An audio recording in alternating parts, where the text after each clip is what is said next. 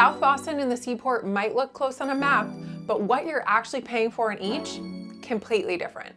One gives you old Boston with new energy, the other, curated, polished luxury with a price tag to match.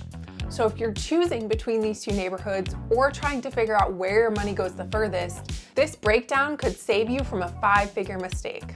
Hey, I'm Kimberlee Meserve, Boston real estate agent and founder of the Street Property Team. We help buyers and sellers navigate Greater Boston's most competitive neighborhoods without the pressure or the fluff. And today I'm walking you through the real trade-off between Southie and Seaport so you can buy smarter and avoid regrets. Let's start with what you're actually buying into because the neighborhoods feel completely different. South Boston is authentic Boston. This is the Boston that you see in movies. You've got locals who have been here for generations mixing with young professionals that want that real neighborhood feel.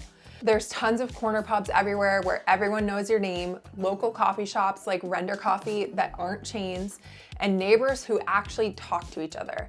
There's energy here, street festivals like the St. Patrick's Day Parade, softball leagues at M Street Beach, people walking their dogs along Harbor Walk and stopping to chat. Walk down West Broadway on a Saturday morning and you'll see what I mean. Kids on bikes, people heading to Copeland Park with their dogs, neighbors catching up outside Whole Foods. It's got that small town feel inside a big city. The Seaport, it's sleek and curated. Think rooftop bars at Envoy with harbor views, restaurants like Ocean Prime where everything's photographable, and buildings where the lobbies look like luxury hotels because many of them literally have hotel-style concierge services. It's polished, it's modern, and it's also more transient. People move here for the lifestyle experience, not necessarily to put down roots. And the demographic is really telling. Seaport skews younger, higher income, often people with their first or second Boston apartment. And Southie has everyone from families who've been there for decades to young couples buying their first place together. Let's talk about the vibe difference. In Southie, you're part of a community. In Seaport, you're enjoying an amenity. Now let's talk about what your money actually gets you, and this is where the differences really start to add up. In South Boston, you're looking at a fascinating mix. You've got classic triple deckers that have been converted into condos, some beautifully renovated with original hardwood floors and 10-foot ceilings, others that still need some TLC. Then there's new construction happening all over the neighborhood, especially near the waterfront. Plus you also have older condos with character that you just can't find in newer buildings. Price-wise, we're talking about $600,000 for a really small one-bedroom starter condo, maybe in an older building without parking. For something really nice, think renovated 2-bedroom with a parking spot, maybe a small outdoor space, you're looking at minimum $900,000 up to $1.2 million. The sweet spot in Southie seems to be around $750,000 to $900,000 for a solid 1-bedroom or a smaller 2-bedroom. And here's what's interesting. You get variety and you get some value plays. I've seen some clients find gems like a condo that needs cosmetic work but has solid bones and parking. But parking can be hit or miss. Some buildings have it, some buildings don't. And street parking, let's just say you'll really need your patience. In the Seaport, everything is turnkey luxury, but you're paying for it. We're talking $800,000 minimum for a 1-bedroom, more like a studio, and that's something without views. For the units everyone wants, with the harbor views, the higher floors, all the bells and whistles, you're easily looking at $1.2 to $1.8 million for a 1-bedroom and $1.5 to $3 million for a 2-bedroom. But for that money, here's what you get. Floor to ceiling windows, high-end finishes like quartz countertops and stainless steel appliances, building amenities like fitness centers, rooftop decks, sometimes even pools. The buildings really feel like luxury hotels because many of them were designed by the same architects. So here's the catch. HOA fees can run $800 to $1,500 a month, and everything from your morning coffee at Blue Bottle to parking at $400 to $500 a month comes with a premium price tag. Here's the reality. Southie gives you more square footage for your money, Seaport gives you more luxury and convenience for your money, and it's about what you value more. If you're still watching and trying to decide between Southie and Seaport, this next part is where most people's decision gets made because it's not just about the price or the vibe. Commute, parking, and long-term upside. That's where things really start to separate. So if you're on the fence, keep watching. This might be the difference between a great fit and a $200,000 regret. Quick pause before we dive into commute and long-term value. If you're exploring South Boston or the Seaport, we've put together full neighborhood guides on our new website, Boston Street Pulse. These go deeper than I can in a single video, covering things like local hotspots, pricing trends, walkability scores, school zones, and so much more. You can scan the QR code on the screen or hit the link below to go straight to the Southie guide. There's also one for Seaport as well. And if you're neighborhood curious, we'll be adding new guides constantly to the site every single month. Make sure to check it out. Transportation is where the neighborhoods really show their difference, and this affects your daily life more than you think. South Boston has decent public transit access. You've got Broadway and Andrew T stops on the Red Line, which get you downtown in about 15 minutes when it's running well. Andrew is actually better for parts of Southie, especially if you're closer to Dorchester Street. The Red Line is reliable most of the time, but when there are delays, which happen, you're stuck. A lot of the neighborhood relies on using the bus to commute too. But here's the reality about parking. Street parking is a nightmare here. Most nights you're circling the block, especially if you get home after 7 p.m.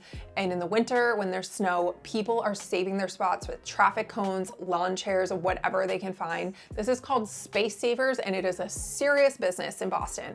If you have a car, you should budget for monthly parking at about $200 to $300 a month, assuming you can find a spot.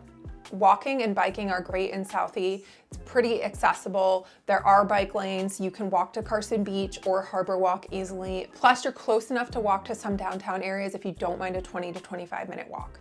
Seaport is really built for convenience, but you pay for it. You can walk to the financial district. It's maybe about 15 minutes for most offices. You can walk to the North End for dinner. Ubers and Lyft are everywhere, and rides are short to most places that you want to go. The Silver Line connects you to the rest of the city, though it's not as reliable or fast as the Red Line. Many buildings have parking garages, which sound great until you see the price, which is usually $300 to $500 a month, typically.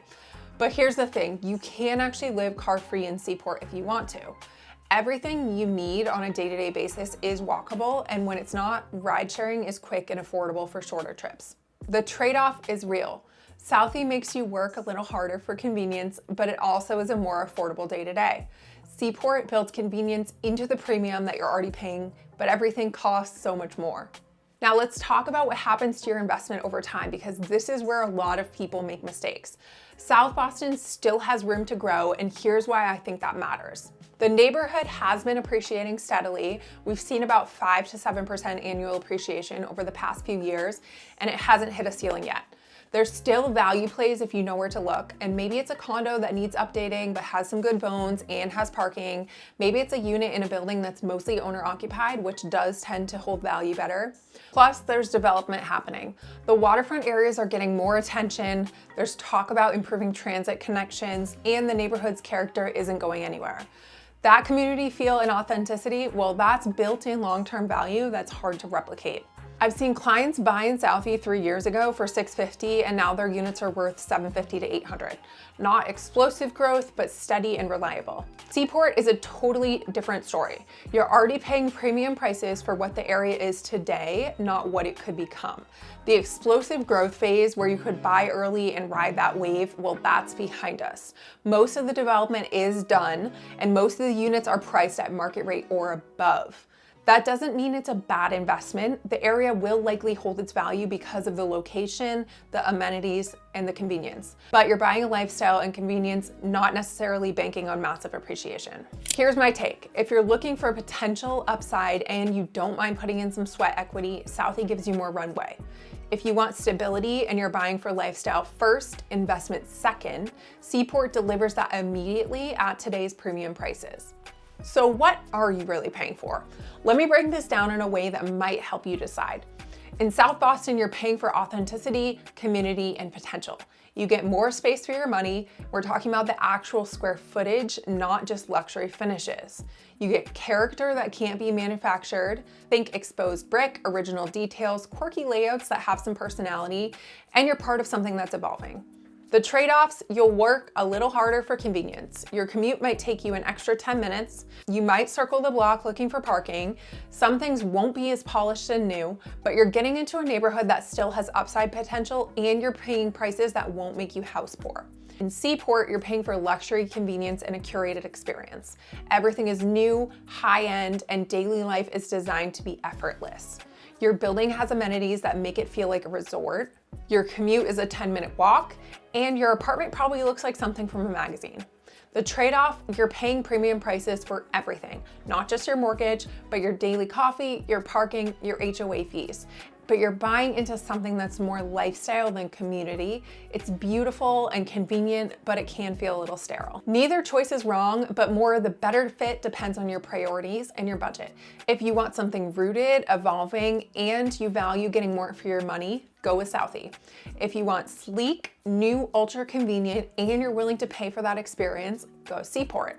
The question isn't which neighborhood is better. The question is, what kind of Boston lifestyle do you want, and what are you willing to pay for it? If you're thinking about moving to Boston, or if you're weighing neighborhoods like Southie and Seaport, my team and I would love to be a resource. We help clients like you every day. People relocating, upsizing, or just trying to figure out what actually makes sense in this market. We've put together free Boston relocation resources that break down pricing, commute times, school zones, and local lifestyle details, whether you're moving in 30 days or just starting to plan. And if you ever want to talk through options, we're here to help. No pressure, just strategy.